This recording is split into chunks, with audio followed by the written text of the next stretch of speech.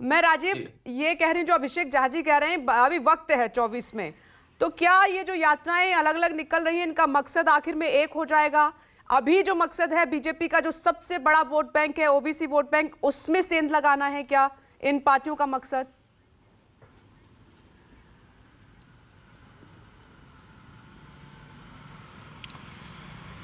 देखिए, अभी जो 2024 के लिए चुनाव है वहाँ तो एक खूंटे पर प्रधानमंत्री नरेंद्र मोदी और बीजेपी खड़ी है।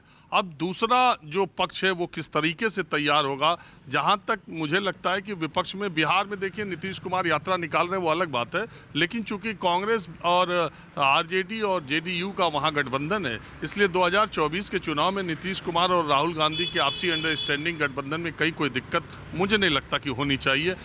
देखिए, ये बात नैतिकता और सत्ता लोलुपता की बात पैनल में बैठे या आप अपनी अपनी पार्टी की बात कहने वाले लोग भले कहें, लेकिन इस देश में कोई ऐसी पार्टी नहीं है जो नैतिकता की बात कर सकती है। कोई एक पार्टी हो, नीतीश कुमार को पलटू राम भी कहा जा सकता है और पटकू राम भी कहा जा सकता है। वो पलट भी जाते हैं और पटक भी देते हैं।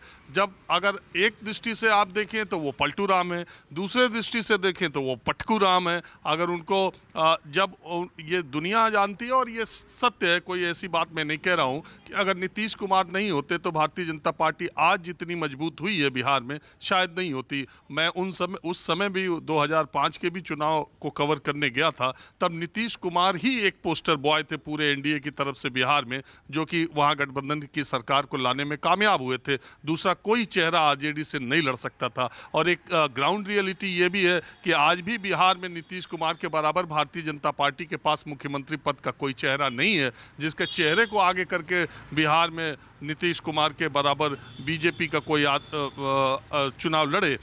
एक वो बिहार की पिछले 15 वर्षों में पहचान बन चुके हैं।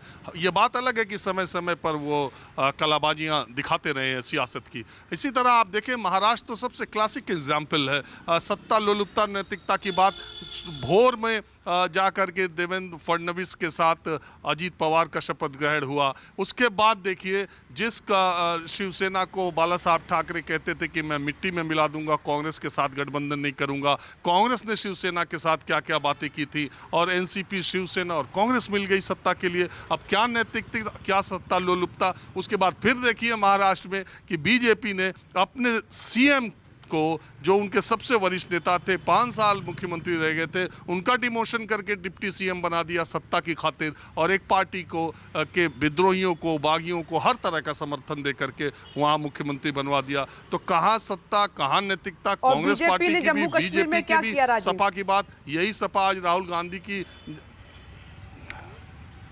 पीडीपी के साथ किया, नेशनल कॉन्फ्रेंस के साथ सरकार बनाई, दो पार्टियां थी, दोनों के साथ सरकार बनाई। यही अखिलेश यादव और राहुल गांधी यूपी को ये साथ पसंद करके एकाएक अखबारों के मुख पृष्ठ पर आए थे, और वो साथ यूपी को कितना पसंद आया आप देख ही रही हैं। अभी पीछे के चुनाव में अभी किस तरह का चुनाव हुआ है 2022 में कांग्रेस और सपा में, वो भी आपने देखा है।